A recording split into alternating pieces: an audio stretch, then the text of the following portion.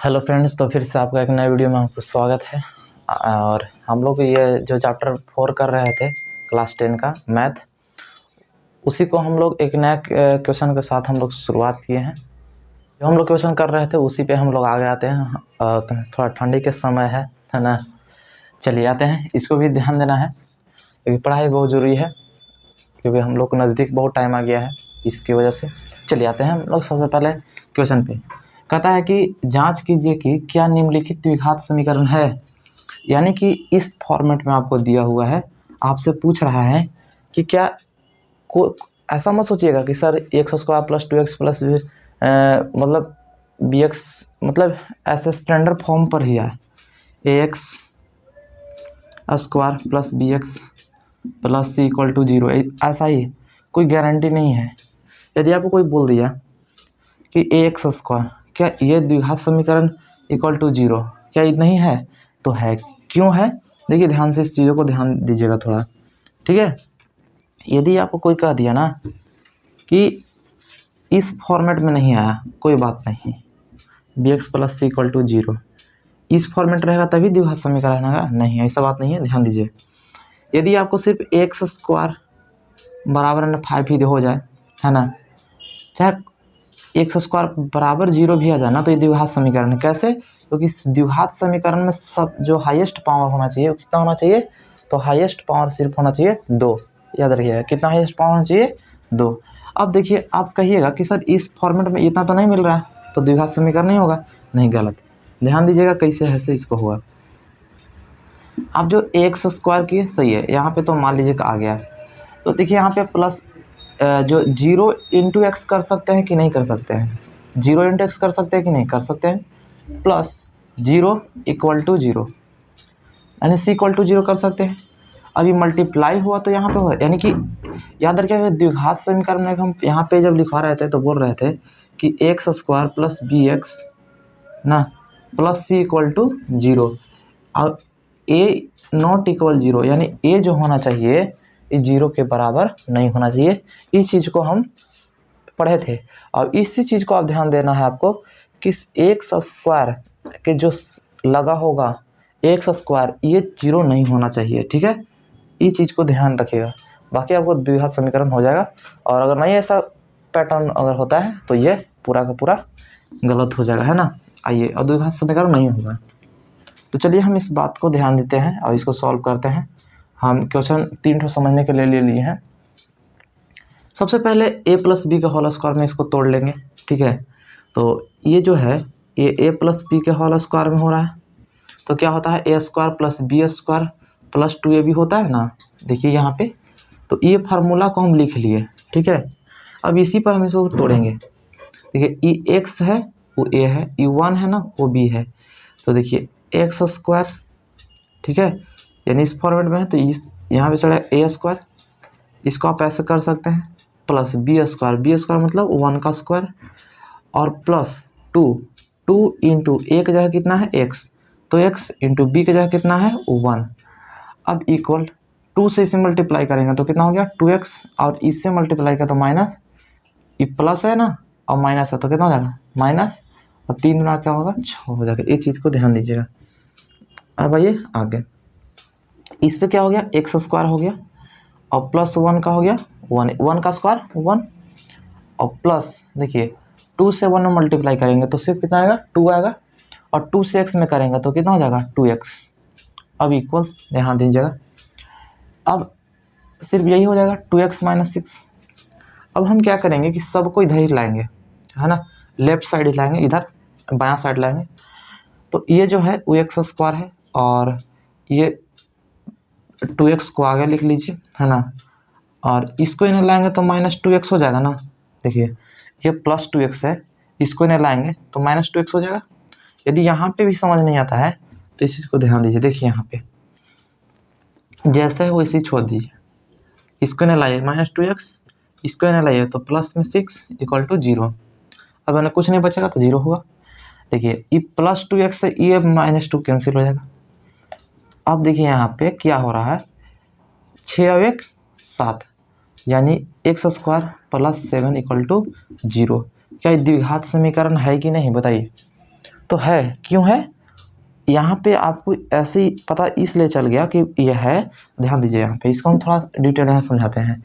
यहाँ पे x square है ना, तो हमको द्विघात यानी द्विघात यानी कि सबसे इसमें हाईएस्ट घात कितना हुआ, तो 2 हुआ कि नहीं हुआ। और आप कहिएगा कि सर ये जो bx जो आप बता रहे थे bx, चलिए c तो मान लेते हैं कि 7 है, सही है 7 है। अब e वाला जो आया यहाँ पे, सॉरी देखिए दीजिए इसका फॉर्मेट देख लीजिए, A square plus B x plus C equal to 0 होता है ना, होता है। आपको क्या आया, एक्स स्क्वायर आया, चलिए सही है एक्स स्क्वायर आया। अब बोलिएगा कि सर सी तो आया लेकिन बी एक्स नहीं आया, क्या पता यहाँ पे आपको जो बी जो है वो 0 है, अब एक्स यहाँ पे लगा हुआ है ऐसे, इन्हें प्लस में से इक्वल टू 0 है ही। क्या समझ में आया ना, तो आपको पता चल गया कि ये द्विघात समीकरण है कि नहीं, तो यानी कि द्विघात समीकरण है। समझ में आया ना। चलिए हम बढ़ते हैं अगला क्वेश्चन की ओर, क्वेश्चन नंबर 2। चलिए देखिए हम लोग क्वेश्चन नंबर 2 देखते हैं इसका। यहाँ पे सेकेंड क्वेश्चन को हम लोग नोट कर लेते हैं, ठीक है, इसको हटा देते हैं। कहता है question 2, x square minus 2x equal to -2 3 - x, सही है। चलिए आते हैं सॉल्यूशन को देखते हैं। X square minus 2x equal to देखिए 2 से 3 करेंगे तो यहाँ प्लस में है यहाँ माइनस में है, तो -6 हो जाएगा, 3 दूना के 6 और माइनस माइनस क्या हो गया प्लस, और 2 से x में करेंगे तो 2x हो गया।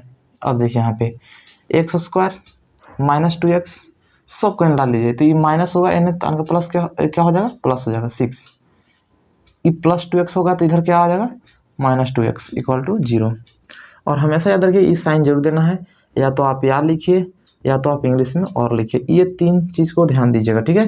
ये 3 सिंबल जो है आप जरूर ध्यान दीजिएगा, क्योंकि बहुत इंपॉर्टेंट है ये, इसलिए है क्योंकि यहाँ पे ये बराबर भी अंदर में है। चलिए अब हम क्या करेंगे, देखिए यहाँ पे एक्स स्क्वायर और 2 और 2 कितना हो जाएगा 4, यानी 4x -4 है ना, अब प्लस 6 इक्वल टू 0। तो आप बताइए कि क्या हुआ, क्या द्विघात समीकरण हुआ, द्विघात समीकरण पूछ रहा था ना।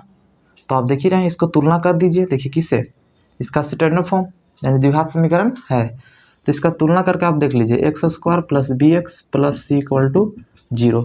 देखिए इसके लिए क्या आ गया, एक्स स्क्वायर आ गया, और बी एक्स के लिए आ गया -4x आ गया, और सी के लिए क्या आ गया, तो 6 आ गया प्लस में, और इसका इक्वल टू 0 है, ये है। तो क्या नहीं इस पे जो है ये लाइक कर रहा है द्विघात समीकरण पे। देखिए द्विघात समीकरण का स्टैंडर्ड फॉर्म समझ रहा है ना। चलिए आते हैं आगे।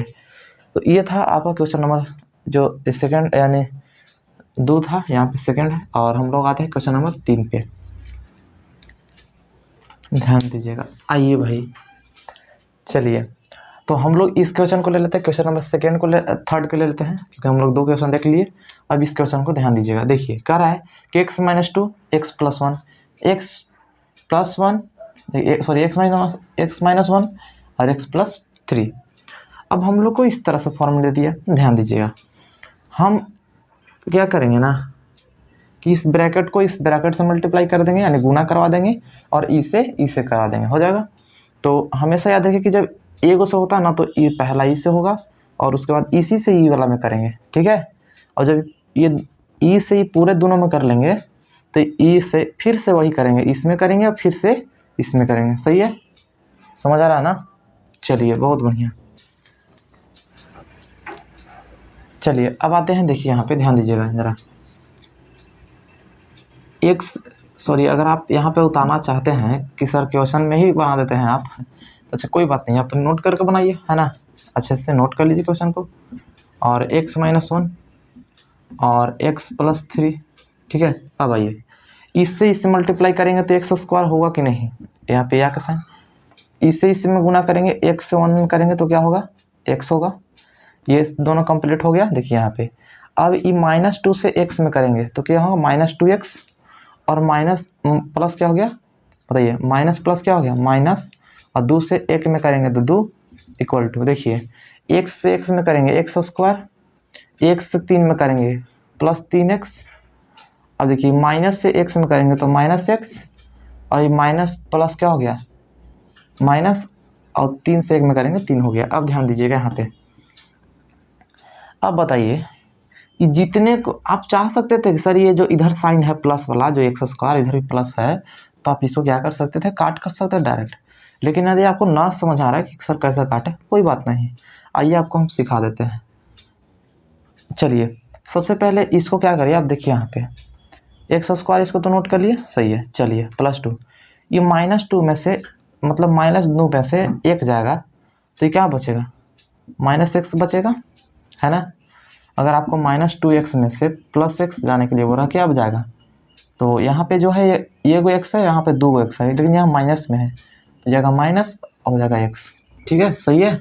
चलिए सही है। अब ये जो है ना, ये तो यहाँ तक कंप्लीट हो गया, यहाँ लिख दिए, तो यहाँ पे -2 को चिपका दिए। अब आइए क्या हो, एक्स स्क्वायर हो गया। अब 3 में से 1 x जाएगा तो कितना बचेगा, तो 2x बचेगा और यहाँ पे -3 बचेगा। अब यहाँ पे क्या कर लेते हैं हम लोग, पूरे को उठाकर इधर ला देते हैं ना। आइए एक्स स्क्वायर -x -2 इधर करेंगे तो -x² और ई प्लस में ये भी आन के माइनस में हो जाएगा 2x, ई माइनस में इधर आन के प्लस में हो जाएगा 3, और कुछ नहीं बचा तो 0। आइए अब एक्स स्क्वायर से -x² यानी +x² से -x²। अब यहाँ पे ध्यान दीजिएगा भाई, ये जो x है ना, ध्यान दीजिए, ये -2 और -x तो -3x और -2 यानी कि +3 में से -2 जाएगा तो 1 बचेगा, यानी कि +1 बचेगा। ठीक है, अब देखिए =0। क्या ये द्विघात समीकरण बना, द्विघात समीकरण का फॉर्मेट बना नहीं, पता चल गया ना कैसे से। देखिए इसीलिए हम 2 टाइप के क्वेश्चन को आपको ले लिए हैं ताकि आप पूरे समझ जाइए। देखिए इसका घात कितना, सबसे हाईएस्ट घात कितना दिख रहा है, बताइए बताइए। तो 1 बच रहा है, 1 बच रहा ना 1। अब हमको द्विघात होने के लिए 2 चाहिए घात, लेकिन है 1 घात, तो इसलिए ये द्विघात समीकरण नहीं है, बन रहा है। ठीक है, तो ये चीज़ है। और यदि आपको वीडियो अच्छा लगता है और इस चैनल पर पहली बार आए हैं तो चैनल को ज़रूर सब्सक्राइब कर लें, है ना। और दोस्तों के साथ ज़रूर शेयर करिए जो अभी 10 का एग्ज़ाम देने वाले हैं, ठीक है, जो बोर्ड एग्ज़ाम देने वाले हैं इस चीज़ों को। ठीक है, चलिए, और कमेंट में अपनी राय जरूर बताइएगा, जो समझ आ रहा है कि नहीं, सर आ रहा है, वीडियो अच्छा लग रहा है कि नहीं, ज़रूर बताइए। जहाँ पे प्रॉब्लम हो रहा है वहाँ पे बताइए। ठीक है, फिर मिलेंगे अगले वीडियो में, तब तक के लिए जय हिंद।